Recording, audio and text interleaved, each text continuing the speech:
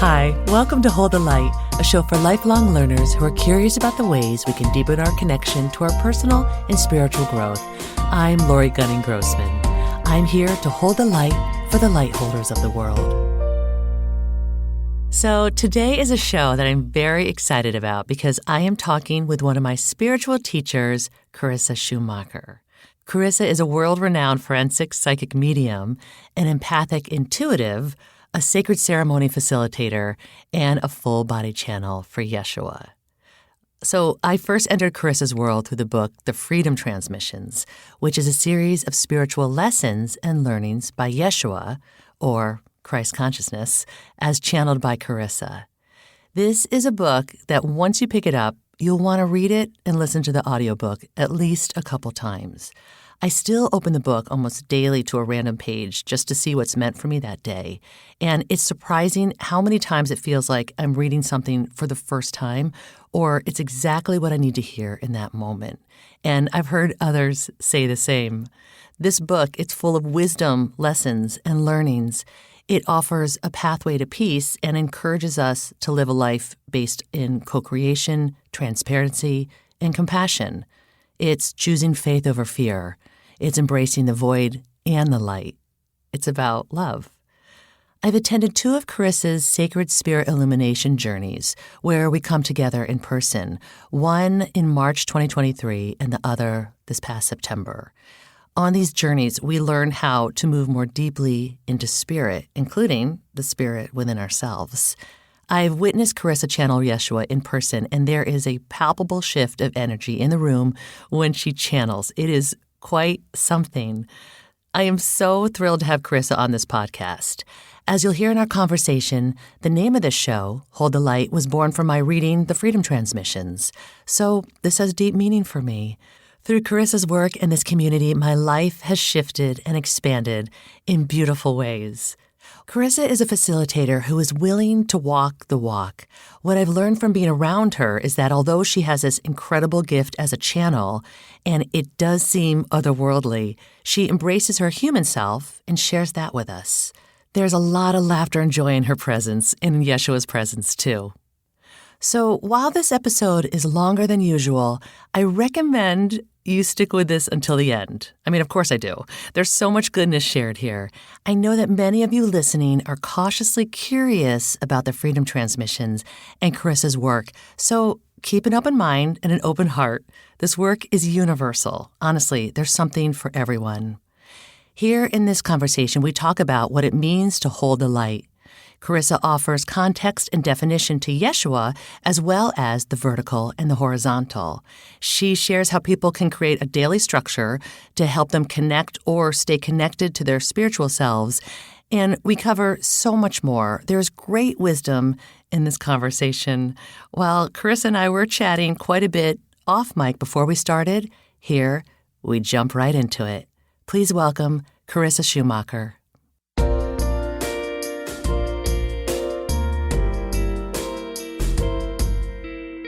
I just want to touch upon the name of this podcast, Hold the Light, which I've written about this, and you know this.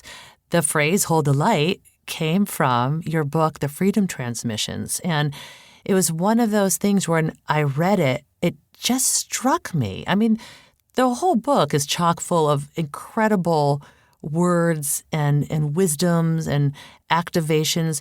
It was something about Hold the Light that is just so beautiful and had my body humming.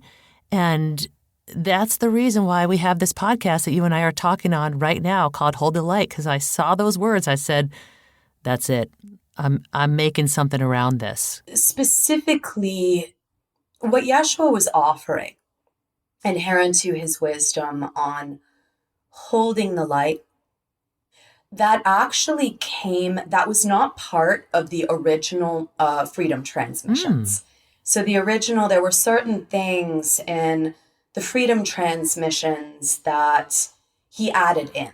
And this will be true for the other books as well. So for the Grace Transmissions, there may be the inclusion of the Abundance Transmissions that you came to in March, but he goes a bit of a step further. Okay.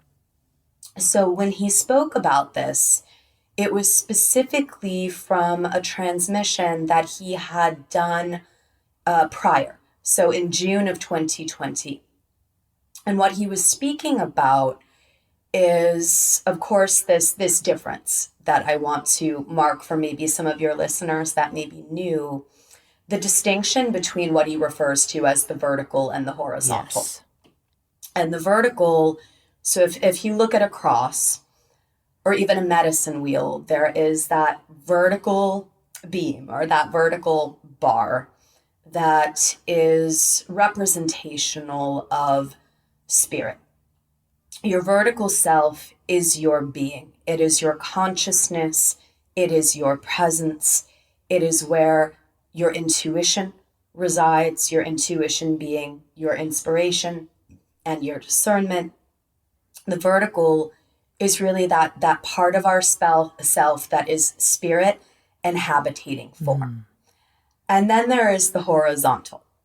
The horizontal is our human lives, our ego, our identity constructs, our culture, the societal norms that are placed within that. The horizontal is basically our seen lives, our day-to-day lives, and it is very much the realm of the doing. And there are people in on this planet, many of them actually, and this is totally fine, that are exclusively horizontal. Right. Operating more from fear, control, ego, my life, my stuff. It's more about belief systems, ideologies, dogma. There's a lot more blame. There's just more, I would say, a higher amplification of the ego and the me and the myself within the horizontal if there's not that connection to the vertical. Very often when someone is experiencing or about to experience an awakening of their consciousness, there will be some sort of a disruption to their horizontal lives. This can be, and it's a huge fallacy that this just has to be suffering, meaning they have a near-death experience or they go through a health problem or a divorce or a betrayal or a job loss that absolutely just it brings them into such despair, such a disruption of their concept of what reality is or should be that they go into the void. And some people stay in the void, but it's through that process of experiencing some form of a loss or some sort of a disruption to their ego or concept of identity that all of a sudden they start reaching for the light. The darkness, the suffering is so deep that all of a sudden they awaken to the vertical. It is a huge fallacy, however, that it needs to be something quote unquote bad that happens in someone's horizontal life, because as I've seen many, many times before, and this is part of my service, it doesn't just have to be suffering. The path to awakening and evolution of one's consciousness can also be through joy. Right. Meaning that there is a miraculous, you have a dream, a precognizant dream that winds up happening. You dream about a friend becoming sick and you call them and all of a sudden you find out that they had a family member that just passed, and or it can be meeting someone, or maybe the curiosity to go to a spiritual retreat or to start a new practice. So it can sometimes and very often a spiritual awakening can be catalyzed by some sort of loss or suffering, but it doesn't need to be that way. So I always say that, it's kind of the path of least resistance is best. And if you honor, even if you don't believe in certain things or you're on the fence about spirit or consciousness or mediums or intuition, if you even have a modicum of that curiosity, don't dismiss it. Don't judge it. Don't allow others in your life to Debbie Downer you. Explore it a little bit, because that means that there is something that is blossoming within you. Your spirit knows that it is time Yes. for you to start moving into your own emergence of the vertical and of spirit. And so through this process, I'm mentioning this because in this specific transmission, Yeshua said that we need to be somewhat discerning about overuse of the word light worker. Right. We hear this a lot in certain kind of, I would say, quote unquote, new age circles, or even certain religions. It's very present in this concept of I'm a light worker. Right. I am working with light. And that what that really leaves out is the shadow. And that can be very dangerous because there can be a lot of ego inherent to I am a light worker and you are in shadow. And so there are hierarchies that can be created. And of course, the divine is the balance between the shadow and the light. And it is important that we not try to eradicate the shadow, but that we integrate it, grow it. Because as human beings, we are not just meant to be all vertical, all in the space of spirit. If that was the case, we wouldn't be here. We would be in the space of spirit. Right. And we're not just supposed to be all horizontal. And so Yeshua reminds us that the word resurrection means restoration to our origin. The word origin means a point of intersection. Oh. Many people think that the word origin means the beginning. That is not the word etymology for origin. Origin means that intersection between your being, your vertical, and the horizontal. And that ultimately is what it means to be present. And instead of trying to do things with the light, working with the light, more doing, he recommends that we hold the light.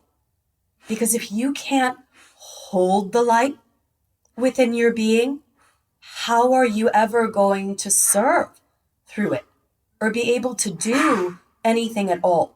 First, you need to be the light, hold the light, and then the revelation on what it is that you need to do or create will become apparent. It's so So beautiful. he said these words, Yeah. hold the light, it wasn't to disrupt certain narratives surrounding light work, whatever else. It was more, it was very compassionate that he gave us this because it takes the pressure off. Yeah. Instead of trying to figure out what to do with it and what to create and how to do a business and how many people am I helping and then I'm not helping enough people. He's like, let's start with the basics. Master simplicity, stability, surrender, stillness. Hold the light. Learn to harness the light. Integrate more of your shadow into that light. And then the revelation on what it is that you need to do or where it is that you need to go will come. Oh my God, it is so beautiful. Can I read to you from your book where it first showed up for me, the phrase hold the light? Sure. It's in the chapter, I am Yeshua. I'll just read a little piece of it. It says, oneness cannot be created on the outside until it is created internally within each vessel, each person. Many of you have already begun on this path, or else you have not found your way to the wisdom and energy that is offered to you through these transmissions. You are not a light worker. You are a light holder or a light anchor. Through your movement to deeper balance and peace, you hold the light, inspire, and liberate others to move deeper into their own. That is the service of your Yeshua self. And I have a star right next to this, and I underlined it, and there's something about it, Carissa and Yeshua, that is so, I'm not even sure how to explain it. Like it really hits to the core, the beauty of it and the simplicity of it. This reminds me very much of when he speaks about the covenant that we have as children of God, this connection point where we're not just horizontal beings, but where there is this connection to the vertical that we are here to ultimately anchor on earth. And that is our purpose. The doing, that's all extra. That's icing on the cake. But when I hear these words, it reminds me so much of even the stresses that people, women and men, and even children are experiencing within our world nowadays, where the focus on how to be successful, how to be happy is about the doing, the working. But really what Yeshua is reminding us here is that many people can spend their whole lives creating all the icing, serving people, doing things, building companies, all the whole thing. And then they come to the moment on their deathbed when they realize that they have all this icing, all of this stuff, all sorts of money, all sorts of power, but they have no cake to put it on. Mm. They have not come to know themselves. And so Yeshua is not saying that the icing isn't great and that the light working isn't great, but what he's saying is that the cake is the most important thing. And the cake is the growth, the expansion of that consciousness within each and every individual. Because if there are not people on this earth that are holding that light and striving every day to create just a little bit more room for their divinity, for their spirit, and trust and harmony on the good days and the bad days, if there is no one to hold that cord of the covenant of light on this earth, well, then the earth is just plunged into darkness. Right. Now, I do want to just talk a little bit for anyone who is tuning into this podcast and is unfamiliar with, say, the Freedom Transmissions and Yeshua. And I do want to talk a little bit about Yeshua. We're not going to go into your background because I think that if people want to know your full background, they can read the Freedom Transmissions and they can learn about you. But I do want to say really quickly that you are essentially an intuitive guide. You're a psychic medium, which you have been for your entire life. And you are also a full-body channel for Yeshua. So we've already been talking about Yeshua, and we have talked a little bit about how you are a channel for Yeshua. Can you just, in your own words, explain who Yeshua is for you? Sure. So for any potentially Jews that are listening, the pronunciation in Hebrew and Aramaic is Yeshua, but he says that Yeshua is fine as well, just because it's a little bit easier to say, and it's so that can be used interchangeably. But ultimately, Yeshua is the essence of the universal Christ. I like my experience of Yeshua's presence, and there are many different avatars that have many different essences, but Yeshua's specific essence is peace. Yeshua is peace. He is the emanation of peace. He is the comforter. Many people throughout history, and certainly within the Journey community and elsewhere, when they've experienced Yeshua's presence, be it in a dream, be it in a vision, there is this overwhelming peace in this sense of feeling completely seen, completely unconditionally loved. No matter how much shadow, no matter how much light, his presence and energy brings about this feeling.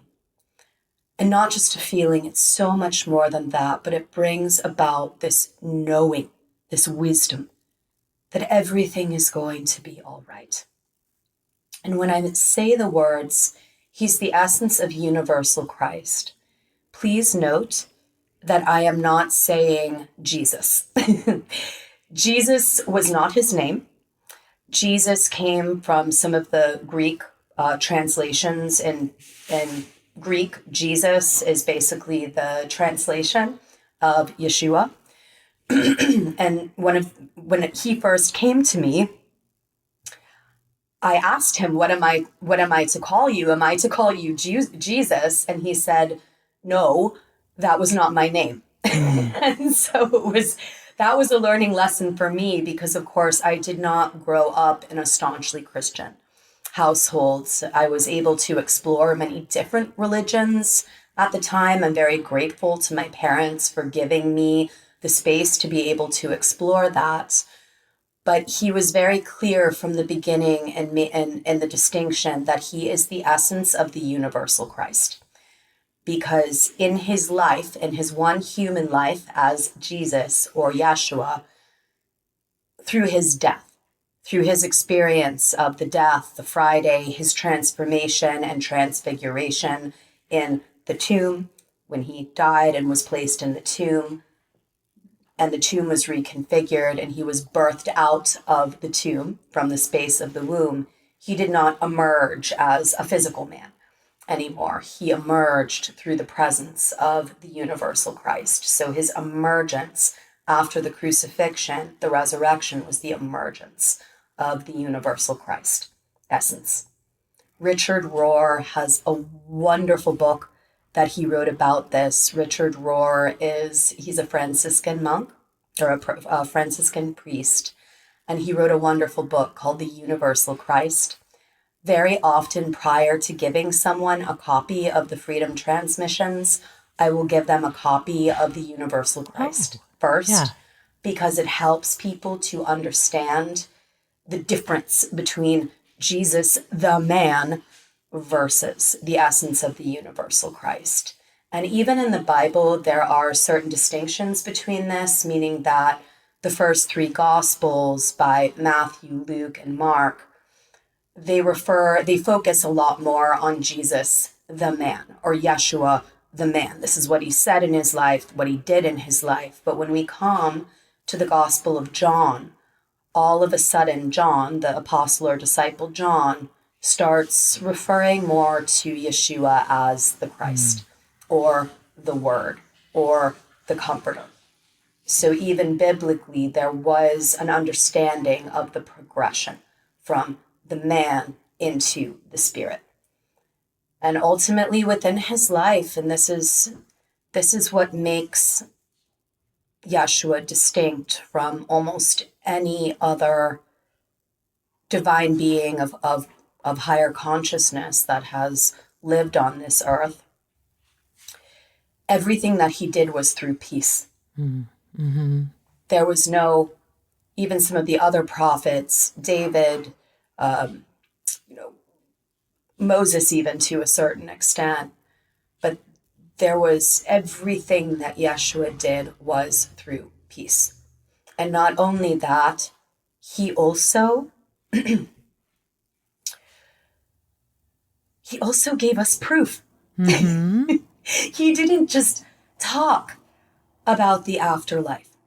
He went first to show us that the path was real. He talks about this in the Freedom Transmissions. He walked through the Friday, the death, the Saturday, the tomb that then becomes the womb that we're birthed from, into the Sunday, into the resurrection. He gave us proof, with many people having witnessed his spirit essence in the aftermath of his death and crucifixion, even people that weren't Jewish at the time that saw him in the aftermath of the crucifixion. He gave us proof that we are not just ash. We are not just dust. We are not just clay. Mm-hmm. That there is a spirit that permeates us. There is a spirit and a sovereignty inherent to every individual. Every life is of God. It is special and worthy of redemption, of forgiveness, and of love. So he didn't just talk about these things. He actually did it. He walked the talk. through what he experienced throughout his passion. He is not the only way, but he created a pathway for us to be able to trust that even when our minds, our eyes tell us to look at the seen, that it is the unseen that is the true magic and beauty of our spirit, of our God self. And so when I say that Yeshua is peace, he is not just the essence of divine feminine love, creation, destruction, and he's not just more of the divine masculine truth and concrete. He is the marriage, the blending between love and truth, so that there is simplicity, so that there is that point of connection where we are living from the intersection, our origin of the vertical and the horizontal. Oh my gosh.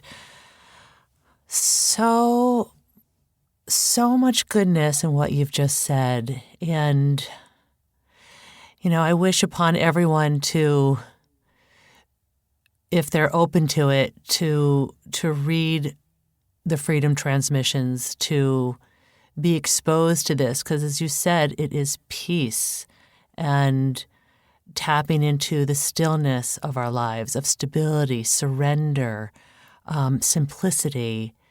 It's there for all of us. And it's also one of the reasons why I've loved going on these journeys, because we get immersed in this and we get to experience Yeshua through you, which is unlike anything I've ever experienced in my life. And it is truly profound.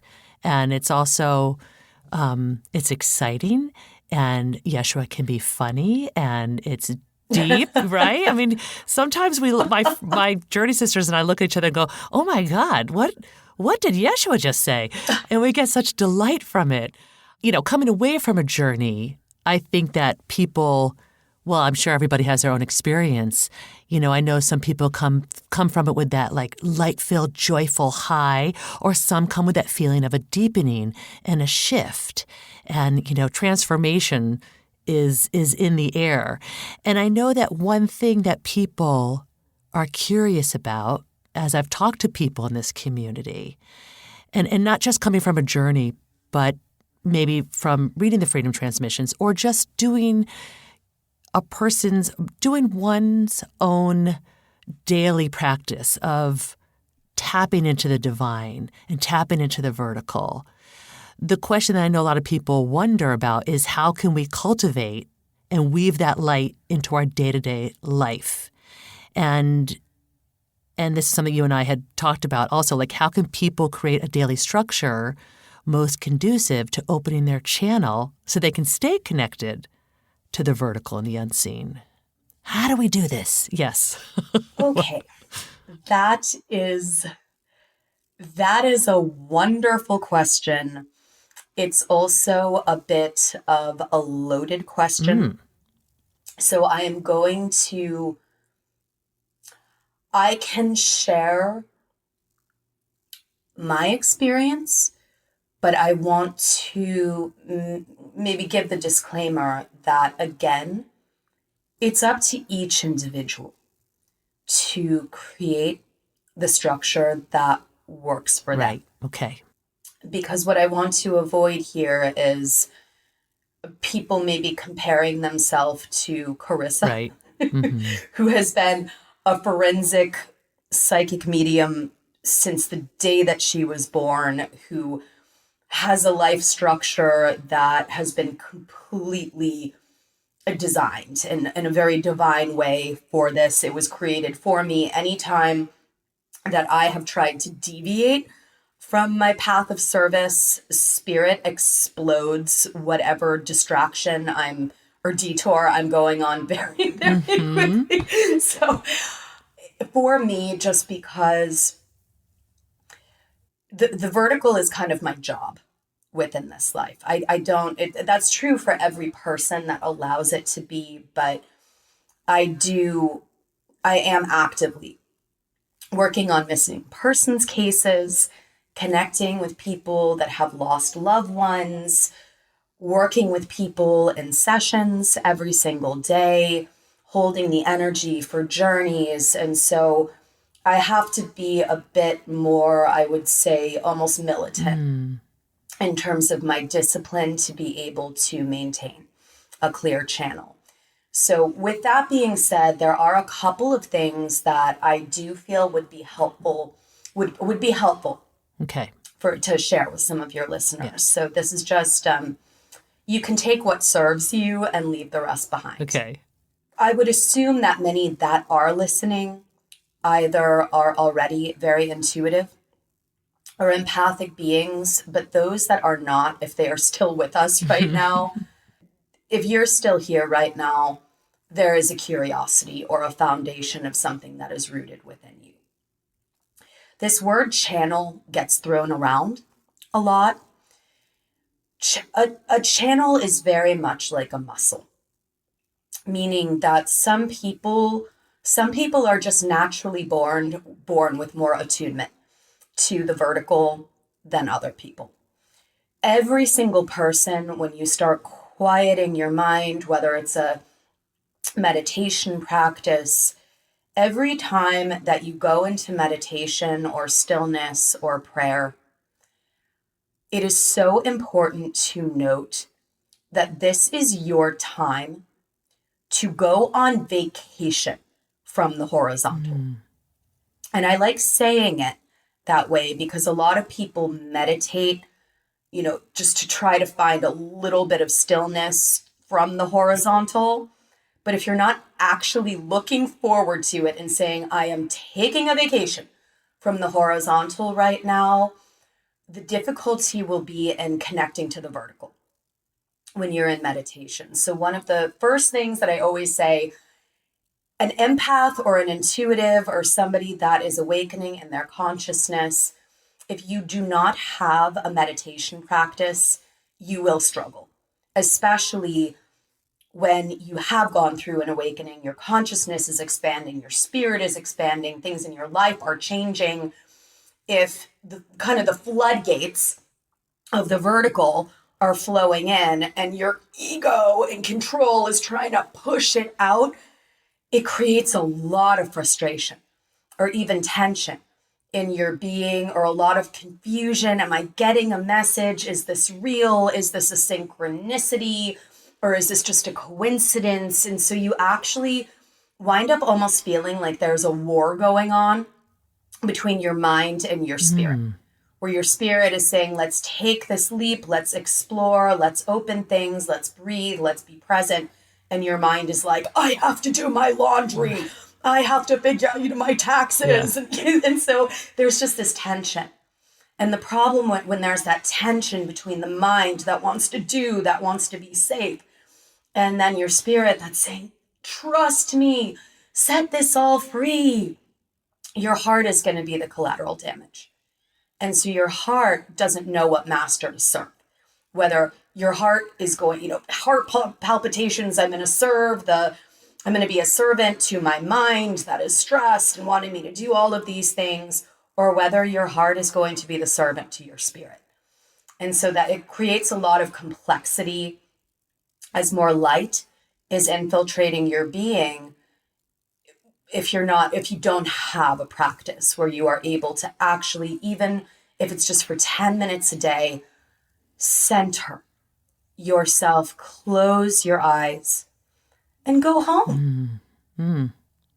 I remind people that we really have the best of both worlds as human beings. We get a horizontal life where we get to explore in a forest and share stories and cry and experience love and grief and the smorgasbord of it all. But we also can go home whenever we want to. Meaning, when we come into that intersection where we tap in to the vertical. So I refer to meditation less as meditation and more as going home. I like that. It's just like E.T. phoning home for 5 minutes, 10 minutes a day. And this can happen anytime during your day. If you're in a super stressful situation and people are disrespecting your boundaries, or you're just feeling murky and unclear, that is a huge warning sign from your discernment, your healthy integrated shadow saying, whoa, check in, come home. And what that does, it allows you to anchor yourself in the present. And that will allow you, when you're present, you're able to resolve things more. When you're present, it's able to see your needs better. You're able to enforce boundaries in a more clear and consistent way. So the first thing is having a practice each day to go home. Okay. Just to sit and to bask.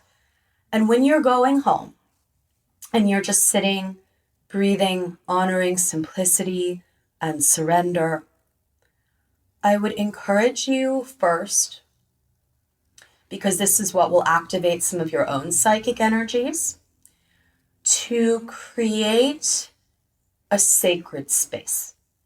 Okay. And note that I'm saying a sacred space, not a sacred place.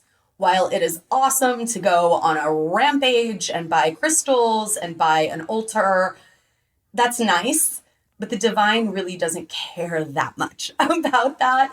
They just want you. And so what I'm saying is to create a sacred space within yourself. This sacred space can be a place from your childhood that felt like home. It can be a space in nature. Maybe your spirit or maybe your guides will reveal the sacred space to you. I love For me, this. Yeah. when I was practicing, when I was very early, not like 9 years old, 10 years old, to even be able, I didn't have teachers. It was in the 80s. This wasn't like there were, yoga studios everywhere. And so I was self-taught. And so what I had to do very early on, by the time I was like 8, 9 years old, was to create a sacred space. And the sacred space was just a space in front of a stream. I liked that because it created a barrier between me and spirit. So when I was early in my process of growing in my mediumship and understanding what was happening to me, I would sit on one side of the stream, looking to the other side of the stream. I would call in the light. I would just feel the presence of the light surrounding me, kind of just open a little bit of a portal within myself, almost like a doorway or a little orb igniting, opening within the center of your being, near your heart. And then I would invite spirit to come towards me. And spirit would come towards me from the other side of the stream so that I felt safe having that barrier. There is or that boundary, so that I didn't feel like spirit was coming into me, so that I could understand how to build my psychic library, how to perceive things, how to actually work with the realm or the space that is beyond, how to receive messages in an accurate way. So I did this early on. But your sacred space, this isn't about growing your mediumship or your psychic abilities. That's more of the icing. That's not the cake. Your sacred space is really your space to connect deeply to your own channel. And what can happen, the more that you are building in this foundation of your sacred space, is that all of a sudden, sometimes a guide comes forth. Sometimes there's a bird or there's a color as your third eye starts to open. Sometimes it's more of a feeling that comes. Sometimes it's more of a knowing. People very often think that intuition or channeling is just about seers, but there are 3 different types of intuitives. There are seers that see visions, that hear voices, that have clairsentience.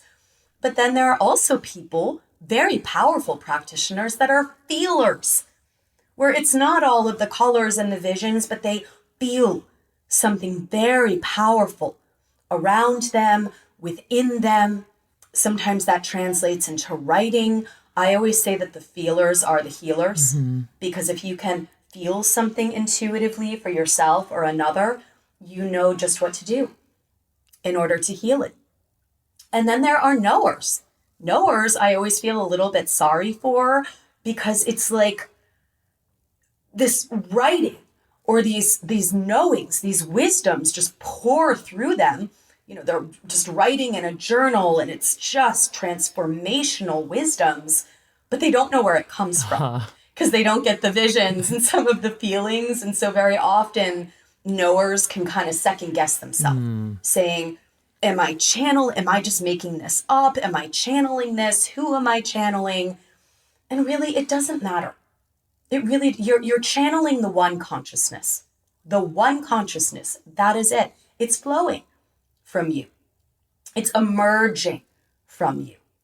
And so in your sacred space,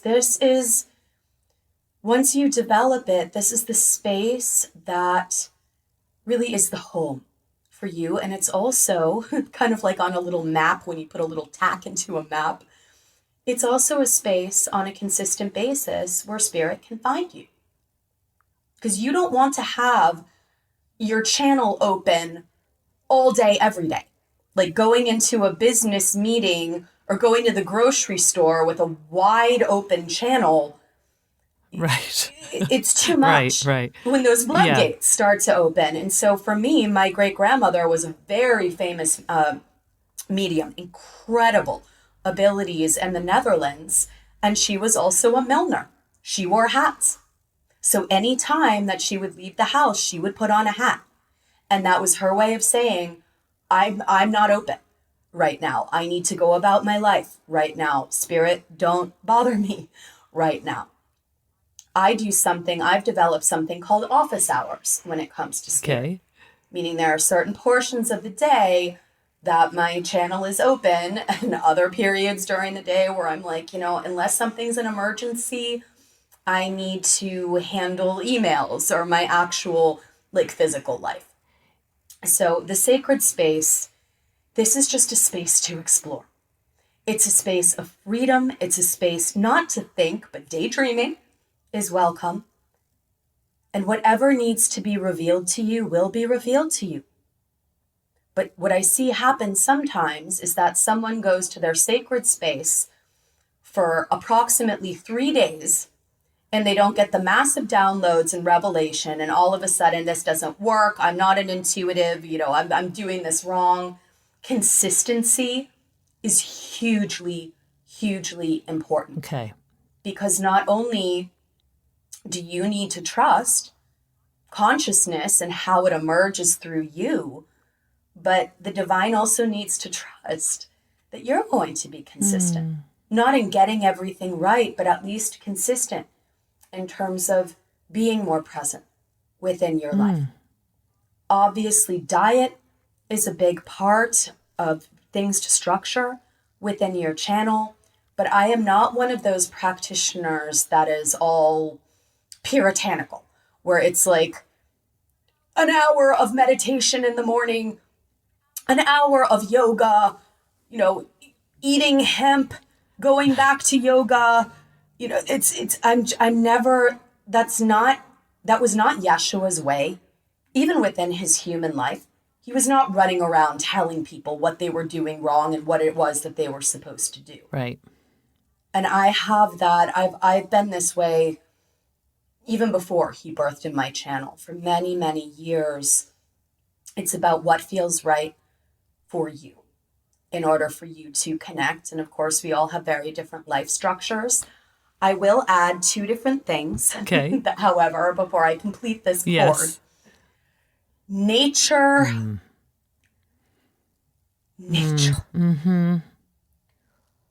Whether it is mountains, trees, nature, as well as having the right teacher or person to guide you along the way.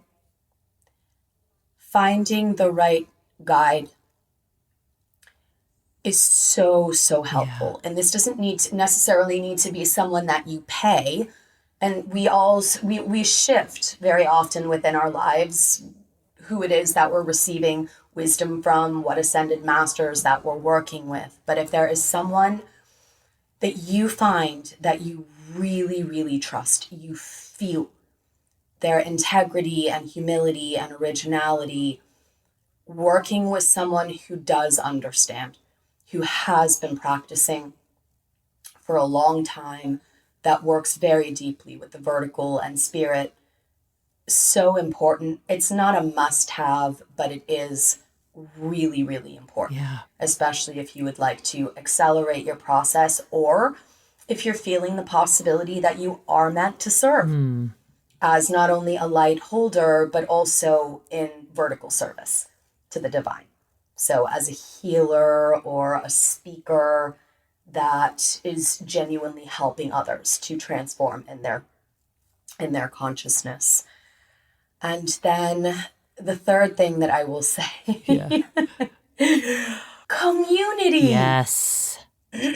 Having a core group of people that you can discuss things with. A group of people, a community where there is non-judgment, where there are people in all sorts of different tiers of consciousness or going through different things within their life.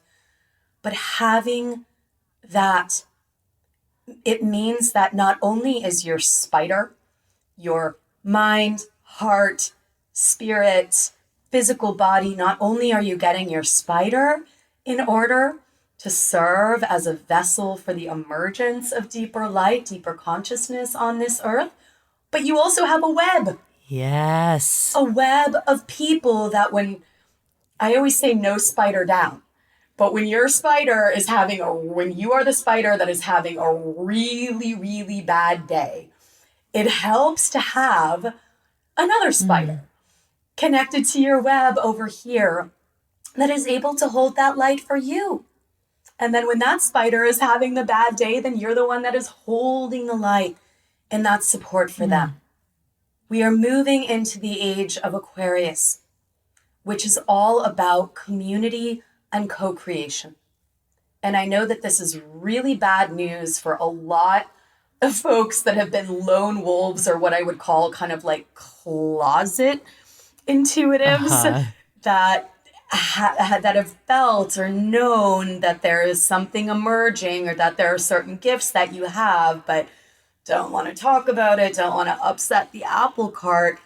This is a time in which we need to be exploding this into the world. And by this, I'm not saying anything specific. I'm not just saying the Freedom Transmissions or whatever else, Reiki. We need to be exploding this transparency, that it's okay to talk about these things, that it's okay to have our shadow. This last age was very much about martyrdom, about pushing down the shadow. And what that creates is burdens. It creates shame. Living in a prison with shame and burdens, with no way to ever get that out. The Aquarian era is not all about the light. It is about the integration of the light into the shadow, so that we can evolve, so that we can grow.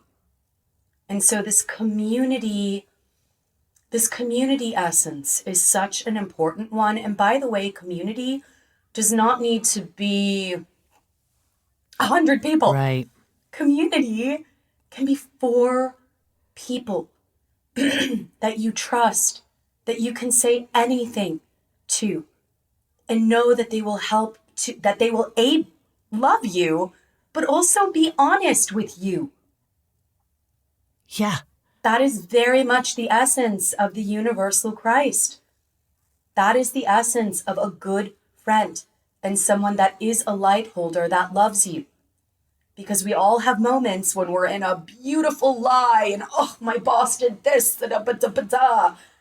And a good friend will remind you the ugly truth that you've been complaining about your boss for 9 months and have still not done anything about it. I'm just using that one as an example. with regards to the authenticity Yes. of friendship, because of course that is what the divine does for us.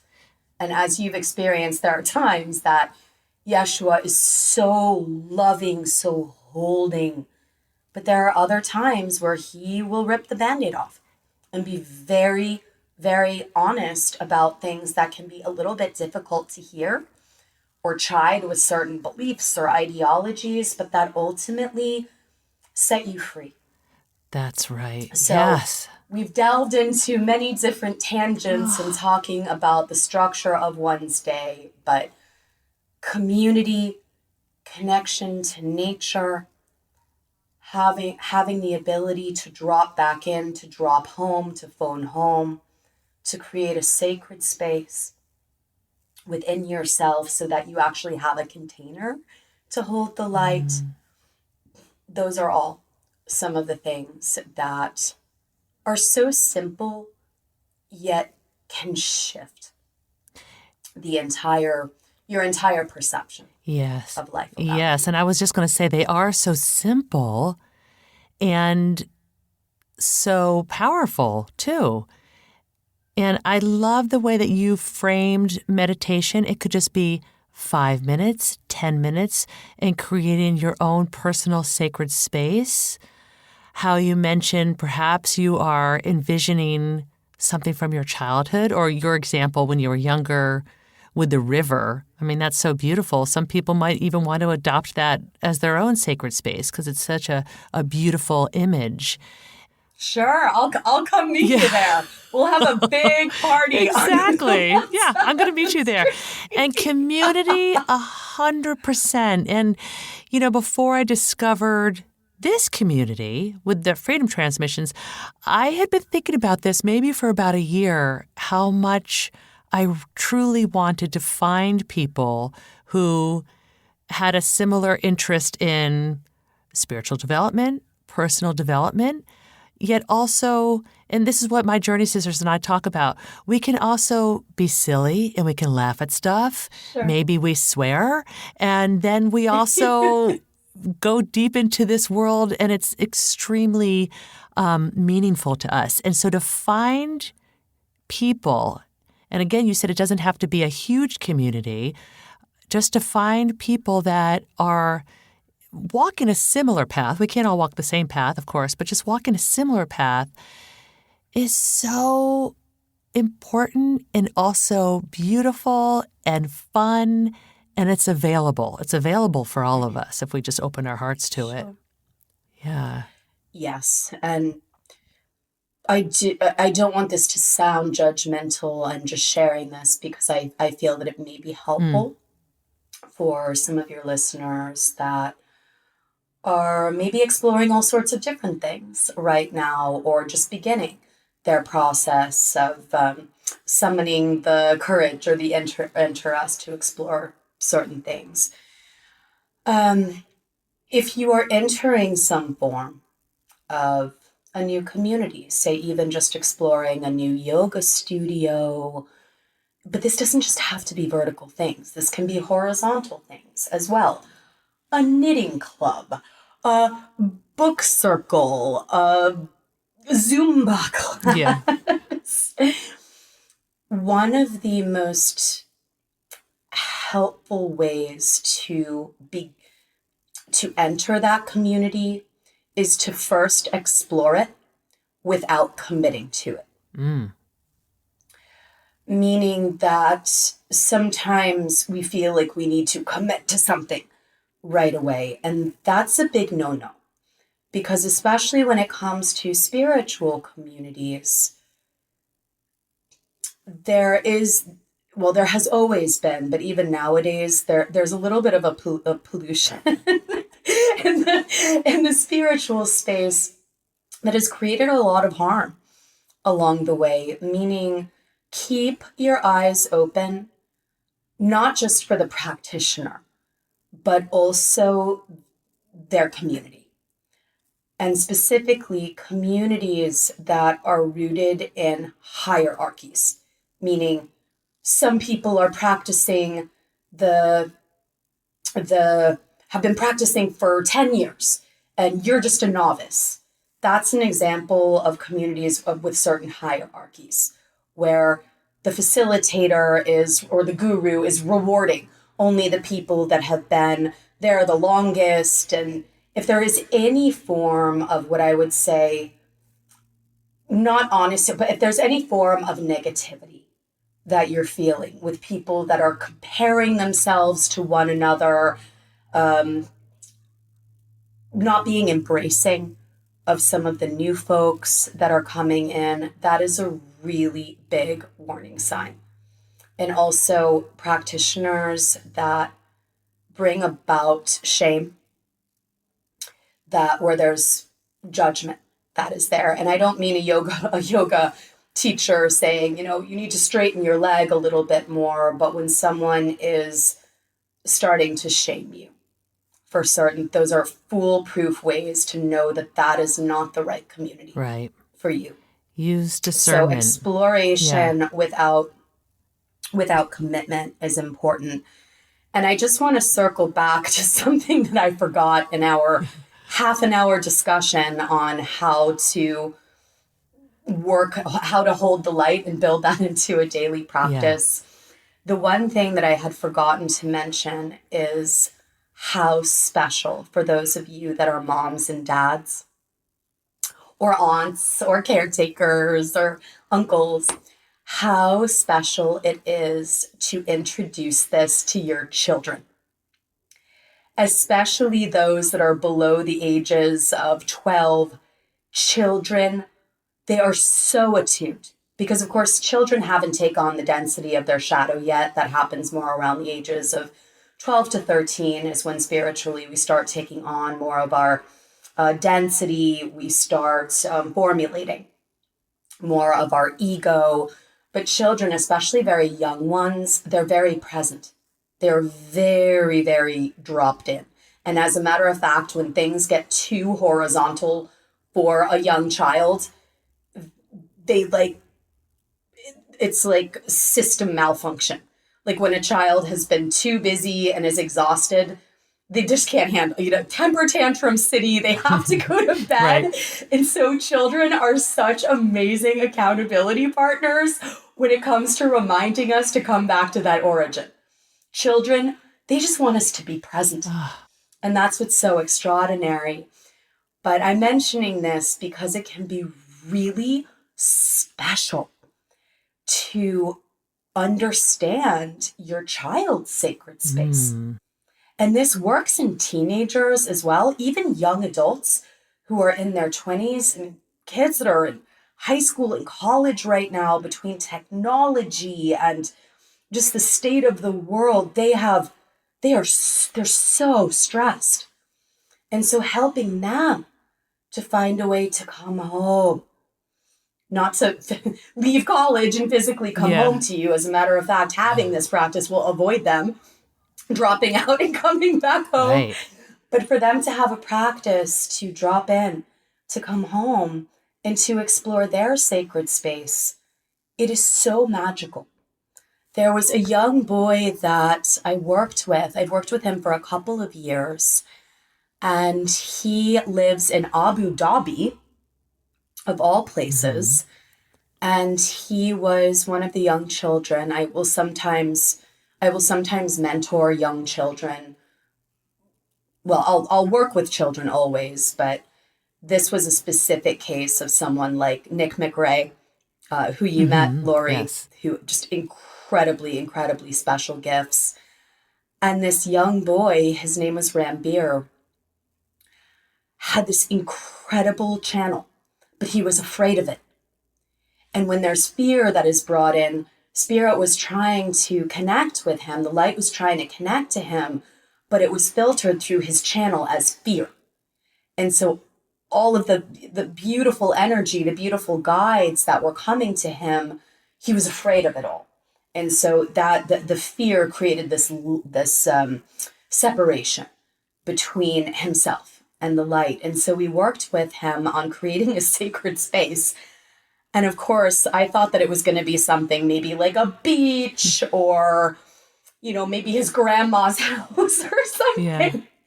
And his sacred space what was revealed to him was the door of a temple. Oh.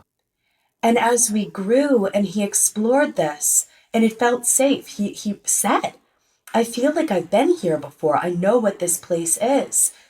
And for the next couple of sessions, we worked on opening the door and entering the temple and what was there and what wasn't there. And it just allowed this incredible expansion of his sacred space to come. And it also helped him to create his sacred library. So I worked with him on creating a little bit of a table in this temple and looking what objects are on that that table. Open a book on that table. What does it say? This kid, I mean, it took me 20 years to develop my psychic library. Yeah. He would open the book and read full-on passages of spiritual texts. Just from his mind within this temple. It was extraordinary. And so working with your children it can really help you to understand not only them, but also yourself better. Oh, it's beautiful. Children, if there were certain things like snakes in the temple, he was afraid of the snakes in the temple. So that gave me a lot of insight in terms of his fear on transformation, his fear on growing older and having to take responsibility within his life. That's where a lot of those fears were coming from. So it's a very creative approach to understanding your child's perception of reality, as well as what some of their subconscious fears may be, right, and what some of their subconscious gifts may be as well. Oh, it's beautiful, Carissa. It's beautiful. Oh, God, it's all of this. God, as we're talking, this all just makes me feel so happy inside. It makes me feel so happy to just like be on this path with you and others and hopefully encouraging people, if they want to, or when they're ready to, just start with what you said, just start with a meditation of your going to your own sacred space, something as simple as that, or just walking out in nature, like giving ourselves time in our day for this stillness, for the simplicity. There's something just so juicy and exciting about it. And I love the work that you're doing and how you're showing up for people in your many different ways. It's such a gift to so many people. And so I think that just one more question for you before we hop off of this conversation, which, by the way, I could just keep talking and talking with you. Forever. It's like a... We will do this again, okay, beloved. We will do this again. I already feel that twice a year would be like, I feel it in my bones. Again, I do these so rarely, but with you and Elise, it is just such an extraordinary joy. And of course, while I do a lot of pro bono work and give a lot of scholarships, there are certain people that physically may not be able to come to a journey, or, are in the space within their life it may not be possible for them. And I really love the possibility of maybe sharing these times together to maybe give folks some of the cliff notes. Yes. With regards to some of the transmission. 100%. I am so on board with this, with all of it, so on board with it. Because it would be lovely for people who perhaps might not have the time or the means or whatever to come to a journey to still experience it in some way. Because it's sharing the light. It's holding the light. It's sharing the light. So my last question to you is, if there's one thing that you hope people take away from this conversation, and it can either be something that we've touched upon or maybe even haven't brought up yet, what would that be for you? What do you want people to leave this conversation holding in their heart or having heard or something to contemplate? What would that be? Firstly, I would deeply like to invite those that are listening to listen to Yeshua's most recent transmission from October 12th. This was 5 days after the events in Israel occurred, and there are too many aspects of this transmission for me to be able to summarize right now. And so I'm mentioning this because it is the only transmission that I have allowed to be hosted publicly online. It is on Elise Lonin's podcast, Pulling the Thread, from October 12th. Listeners that may actually want to hear a Yeshua transmission, and a recent one, the Freedom Transmissions, was, of course, it was the foundation, but it was from 2020.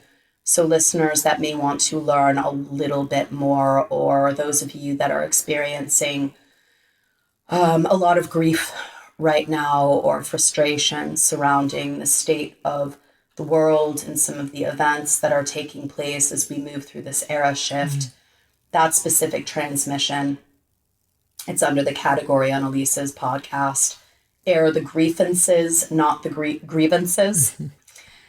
And it is delicious. It is mother's milk with regards to helping to instill a sense of peace and a sense of hope. The Freedom Transmissions is, of course, something that I pray many of you will find your way to, because Yeshua in the Freedom Transmissions, he's speaking directly to you. So I can answer this question, Lori, but I wanted to mention that the specialness, I feel like I'm just the secretary for spirit in this life. Like, that's it. I'm just the secretary. I'm not special. I was born with a weird brain. I won't go into the neuroscience of it, but I want to impart to the listeners how special it is to experience this personal relationship with the one consciousness, or the transcendent, eminent, and emergent light. With regards to what I wish to share, we are moving into a cycle on our planet in which we deeply, in order to move into this new era, the era of Christ consciousness, the era of masculine and feminine balance, the era of transparency, the era of co-creation, as we are moving into this new era, one of the great mantras to carry with you in your heart is be the moral, not the story. You, as a light holder, you are the moral. Many, many people get very stuck in the story of their shame, the story of their unworthiness, the story of their disempowerment, the story of who is to blame for all of their issues. The story, when you become attached to the story, you can never connect to the moral. And that doesn't mean that the story doesn't matter. Of course, there's the story of your life and all those that you loved and all of these experiences that have evolved you and grown you into this incredible vessel of love, of light, of peace, of kindness. Kindness. that you are. The light is the moral. Be the moral, not the story. The divine elder is attached to nothing but connected to all. When you are connected to the vertical, when you are living from the moral, the resurrection, instead of the void, the death, the story, you are operating from a completely different power system. The power of the divine light that is not just beyond you, that is not just all around you, but actually is emergent from within you. That is power. The power of peace. The power of acceptance. The power of joy. How powerful is joy? I've said this before, but in those moments that you're having an argument and everybody's yelling and then somebody farts and you just all start laughing, the power of the joy and the humility completely outpowers the hatred and the fear and the blame. With all sorts of people attached to the story and their self-righteousness and I'm right and you're wrong. Joy is so powerful. It explodes that. Grief is sacred. Grief is powerful. It cleanses you so that you can resurrect.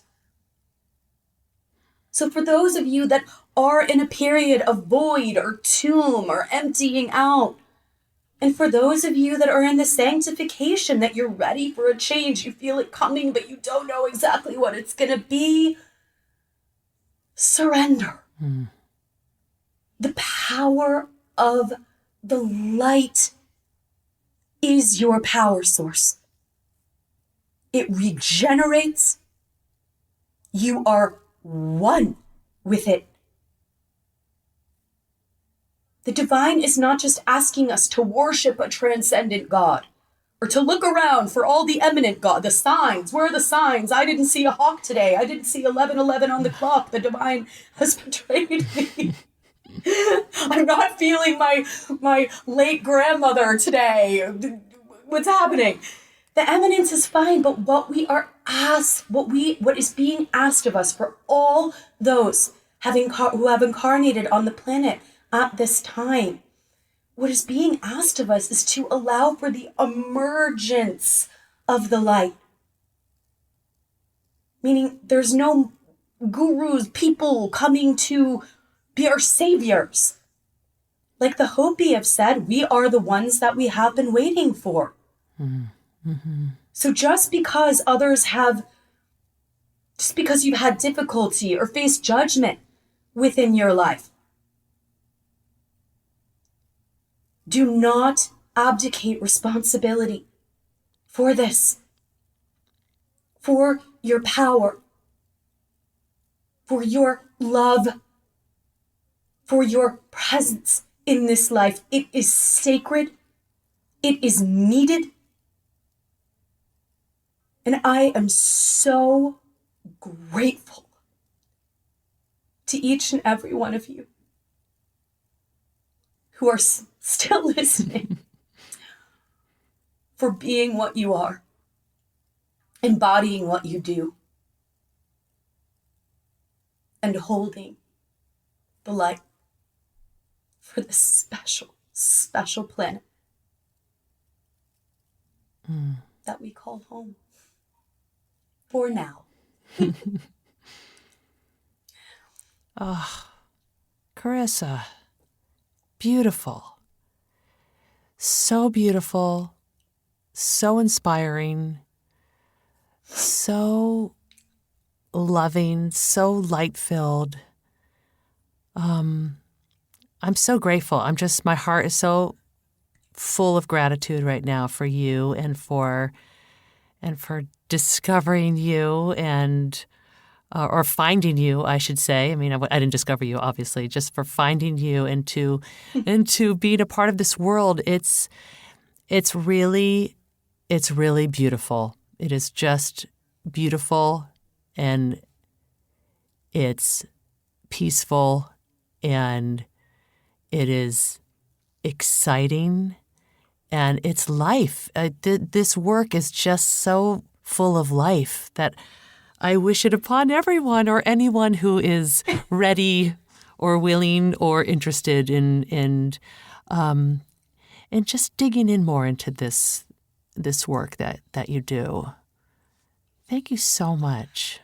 That we do, beloved. That we do. Yes. That we are. Yes. We do it, but we're able to do it because we are. Yes. I'm adding the we into. You're so good. I love it. You are such a light holder, and I am so excited to continue on this path together and have you back on this podcast to share and to inspire and to hold the light for all the light holders in the world. And I just wish to take a moment to let your listeners know that Lori's courage in creating this podcast is extraordinary. Hearing your voice, Lori, and how this flows. From March to now, your voice has changed. The emergence is so palpable. So what you've created it took a lot of faith and a lot of courage to create this extraordinary vehicle and vessel for service that all of us can tune into. And so I just wanted to say thank you to you, because we and all those that will experience transformation through this, we see you, we understand, and we have so much respect and gratitude for what you have created. Oh, thank you, dear Carissa. You are such a light, and I'm so delighted by this entire conversation and time with you, and just express my deep gratitude for you. So thank you. To learn more about Carissa, visit her website, thespirittransmissions.com. There you can find out about her journeys, her book, The Freedom Transmissions, and other work that Carissa offers. She's not on social media, so this is the best place to discover more about her. If you're able to attend one of her journeys, I highly recommend it. You don't necessarily have to read the Freedom Transmissions to go, but it is helpful to understand this energy and how to hold it and work with it when you're on a journey. It'll prepare you to receive more because you'll know what to expect. However, if you're not able to attend one in person, keep an eye on this space, as many of us will continue to share this work. As Carissa mentioned, she shared one of Yeshua's transmissions publicly on Elise Lunan's podcast called Pulling the Thread on October 12th, so you can listen to that anytime. I will link to it in the show notes. At the very least, read the Freedom Transmissions. As Carissa says, Yeshua is speaking directly to you in this book. So if you feel called to pick it up, even if you're slightly curious, it's meant for you right now. Just do it. I've written about the Freedom Transmissions on my Substack newsletter, which you can find at lorigrossman.substack.com to learn more. As Carissa has said, the wisdom of these transmissions and the journeys are not just for some people, they're for all people. And my hope, personally, is that through this community, we'll encourage each other to make more space for the expansion of our consciousness and to create more room for our spirit. Thanks all. Keep holding the light. Thank you for listening to Hold the Light. For more information about this episode and the topics discussed, visit our show notes or find more at holdthelightcollective.com or on Instagram at holdthelightcollective. This podcast is produced by me, Lori Gunning Grossman. Jonathan Grossman is our co-producer and all-around sound guru. He also wrote the original music. This podcast is recorded and mixed at Night Shift Audio in Los Angeles, California. Finally, if you like the show, please rate, review, and share it with a friend. Let's share the light with each other.